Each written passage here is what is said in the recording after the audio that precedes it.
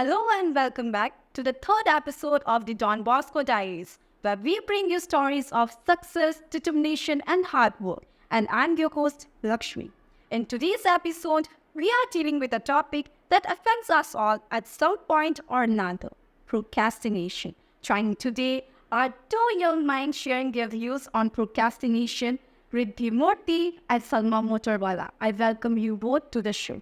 Thank you for having us. Thank you, ma'am. Great to be here.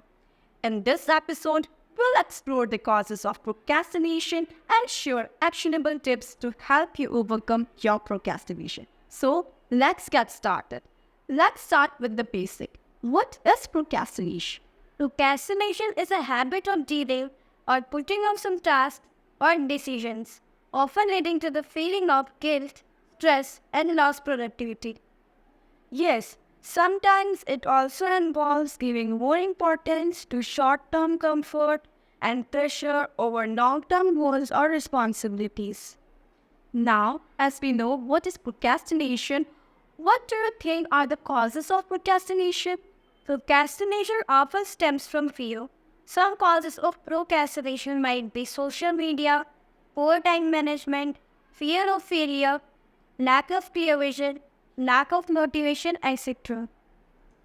Exactly. Setting unrealistically high standards, low self-esteem, doubting abilities, anxiety, habit formation, disorganized environment, social pressure, and so on are the various causes of procrastination. Hi, Akram. The youth these days have been trapped in the cycle of procrastination, a deadly bug which is pulling them from their true potential. So, how can listeners identify their procrastination, or what do you think are the signs that an individual might be procrastinating? Well, ma'am, there are many signs that an individual might be procrastinating. The most common ones being making excuses or justifying delays for the tasks assigned to them, focusing on non-productive tasks like social media scrolling, etc.